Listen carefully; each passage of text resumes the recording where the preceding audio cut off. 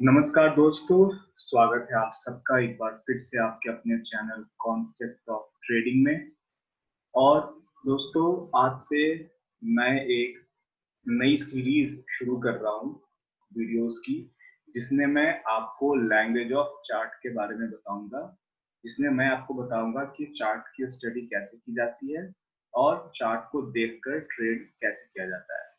तो ये सीरीज बहुत ही लंबी चलने वाली है। उसका रीजन ये है, उसकी वजह ये है कि आपको पता है कि चार्ट को पढ़ने के कई सारे तरीके होते हैं, और चार्ट की जब आप माइक्रो लेवल स्टडी करेंगे, बहुत छोटी छोटी बातों का ध्यान देंगे, तब आप सही ट्रेड कर पाएंगे और चार्ट को सही तरीके से समझ पाएंगे। ठीक है दोस्तों, तो ये सीरीज बहुत लंबी चलने वाली है। आप एक एक करके एक वीडियो को एक बार में देखेंगे, उसको समझ लेंगे, फिर अगली वीडियो को आप देखेंगे। एक बार में बहुत सारी वीडियोस आप नहीं देखिएगा।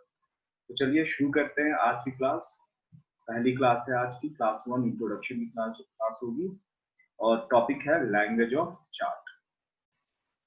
दोस्तों, आप मार्केट में जब किसी स्टॉक का या किसी इंडेक्स का अध्ययन करते हैं, जब आप उसकी स्टडी करते हैं, तो आप दो तरह से स्टडी करते हैं, या मार्केट में आप ये कहें कि दो तरह के लोग होते हैं जो अलग अलग तरीके से मार्केट को एनालाइज करते हैं या स्टॉक को एनालाइज करते हैं। जो पहला तरीका है वो है फंडामेंटल एनालिसिस का, और जो दूसरा तरीका है वो है टेक्निकल एनालिसिस का। तो आपको बहुत सारे लोग मिल जाएंगे जो कहेंगे कि फंडामेंटल एनालिसिस सही होता है, और बहुत सारे लोग ऐसे कहेंगे कि टेक्निकल एनालिसिस सही होता है।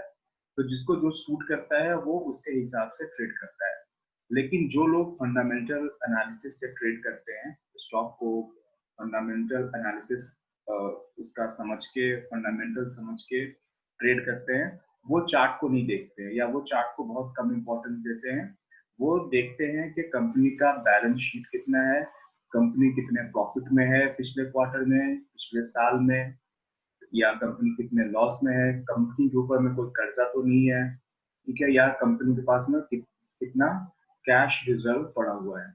जैसे आप बात करें बड़े इन्वेस्टर्स की, जैसे राकेश झुनझुनवाला जी है, या यूएस में वॉरेन बफेट है, तो ये लोग जो है कंपनी का बैलेंस शीट देखते हैं, और ये देखते हैं कि कंपनी कितनी स्ट्रॉन्ग कंपनी है और इसका फ्यूचर ग्रोथ कितना है।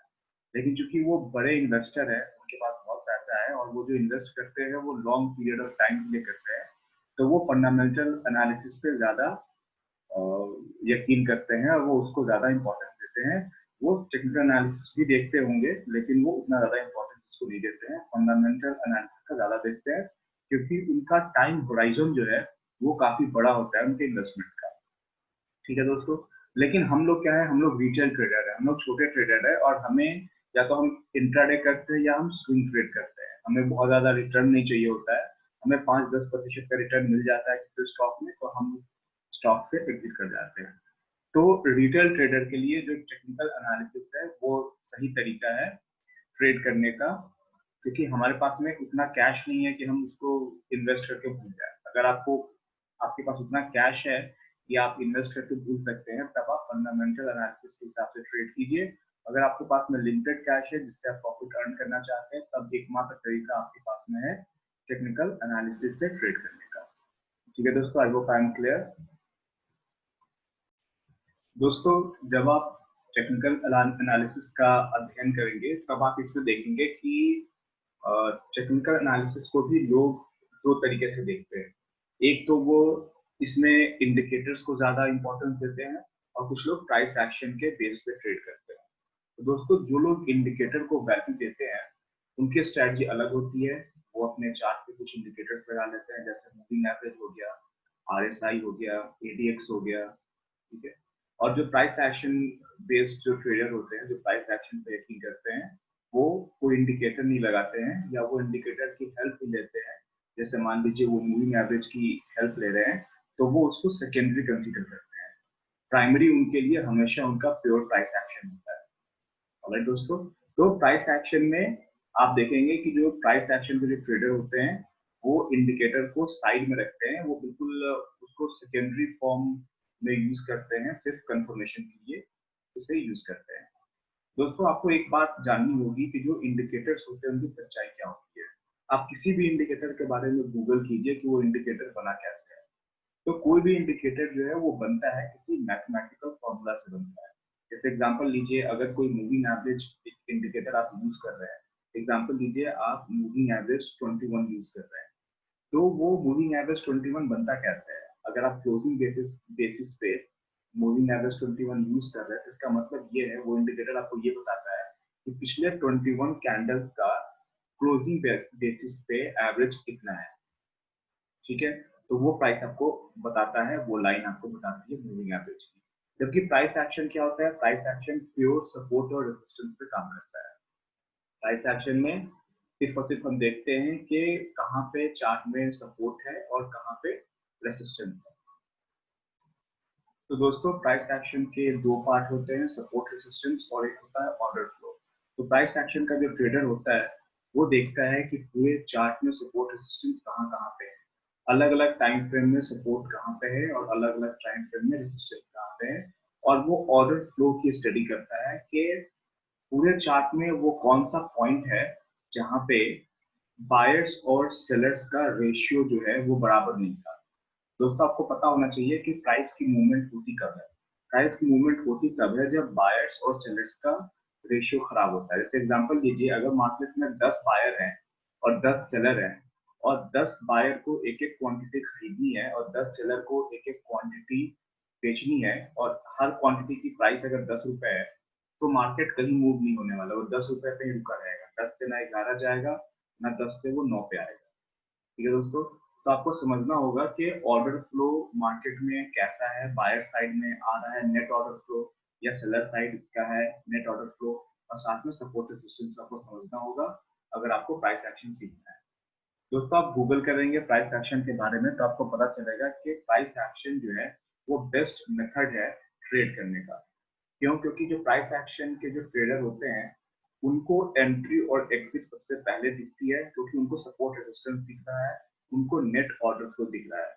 लेकिन जो लोग इंडिकेटर लगाते हैं वो इंडिकेटर आपको कंफर्म बाय सिग्नल तब देगा जब वो जिस मैथमेटिकल फॉर्मूला से मिलकर बना है वो फॉर्मूला के कैलकुलेशन में आएगा कि हाँ अब बाई एक्टिव हो चुकी है या सेल एक्टिव हो चुकी है। तब तक काफी प्राइस आगे निकल चुका होता है, और जो प्राइस एक्शन के जो ट्रेडर होते हैं वो ऑलरेडी बहुत पहले एंट्री ले चुके होते हैं। तो दोस्तों, आपके लिए प्राइस एक्शन सीखना बहुत जरूरी है। मैं आपको इस वीडियो सीरीज में पूरा प्राइस एक्शन सिखाऊंगा, बिल्कुल स्क्रैच से लेके हाईएस्ट लेवल तक। लेकिन ये एक बहुत बड़ा काम है और टॉपिक जो है वो बहुत बड़ा टॉपिक है, तो इसमें थोड़ा टाइम लग सकता है, आपको थोड़ा पेशेंस रखना होगा और धीरे धीरे हम इस चीज को सीखेंगे।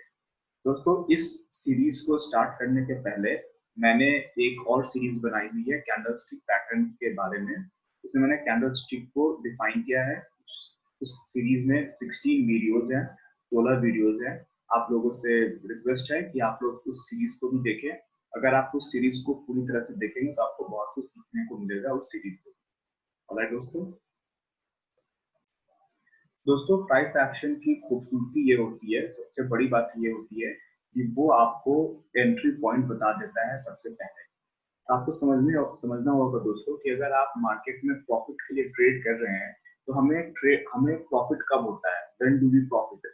हमें प्रॉफिट तब होता है जब हम उस जगह को आइडेंटिफाई कर सके जहाँ पे एंट्री अगर हम लेते हैं तो हमारे बाद में और दूसरे ट्रेडर या जो स्मार्ट मनी मार्केट में होती है, जो बड़े ट्रेडर मार्केट में होते हैं, वो हमारे बाद एंट्री ले। अगर उस जगह को आप आइडेंटिफाई कर लेंगे तो आप मार्केट में सबसे पहले एंट्री लेंगे और आप सबसे लंबा प्रॉफिट लेकर जाएंगे। और चूंकि आप बहुत शुरू में एंट्री ले रहे हैं तो आपका स्टॉप लॉस भी बहुत छोटा होगा। तो अगर आपका जो है एजम्पशन और आपकी स्टडी गलत भी हुई तो आपका स्टॉप लॉस बहुत छोटा होगा। तो प्राइस एक्शन सीखने का जो बेसिक रीजन है वो ये है कि हम बिल्कुल सही जगह पे एंट्री ले सके। तो अगले वीडियो में मैं बाकी की डिटेल बताऊंगा। आज पहला वीडियो है, इंट्रोडक्शन वीडियो है, तो मैं इसको यहीं पे समाप्त करता हूँ। और अगले वीडियो में मैं बस इसके आगे से स्टार्ट करूंगा। अभी जो यहाँ पे बात मैंने खत्म की है, इसी पॉइंट के आगे से मैं स्टार्ट करूंगा। और जब आप वीडियो को देखें तो आप video number 1, video number 2, video number 3 इस तरह से आप जो है देखेंगे। ऑलराइट दोस्तों, मैं एक फुल टाइम ट्रेडर हूँ और मैं ट्रेनिंग भी देता हूँ प्राइस एक्शन और टेक्निकल एनालिसिस का। तो आप लोगों में से जो भी प्राइस एक्शन और टेक्निकल एनालिसिस सीखना चाहता है वो मुझे कांटेक्ट कर सकता है इस नंबर पे। ये नंबर डिस्क्रिप्शन बॉक्स में भी दिया हुआ है, मैं आपको बाकी की डिटेल्स दे दूंगा। और दोस्तों अगर आप मेरे से जुड़ते हैं तो मेरा होल और सोल और एकमात्र जो मकसद है वो ये रहेगा कि आपको मैं एक फुल टाइम ट्रेडर बना सकूं और ट्रेडिंग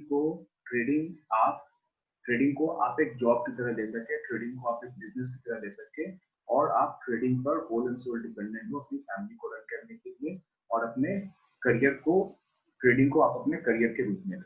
ये मेरा मकसद रहेगा। तो आप लोगों में से जो भी प्रोफेशनल ट्रेडर बनना चाहता है, जो भी प्राइस एक्शन को शुरू से लेके स्क्रैच से लेके हाईएस्ट लेवल तक सीखना चाहता है, तो मुझे इस नंबर पर कॉल कर सकता है, मैं आपको बाकी की डिटेल्स बता दूंगा। तो मिलते हैं फिर अगले वीडियो में, वीडियो नंबर 2 में। तब तक के लिए बाय बाय, आपका दिन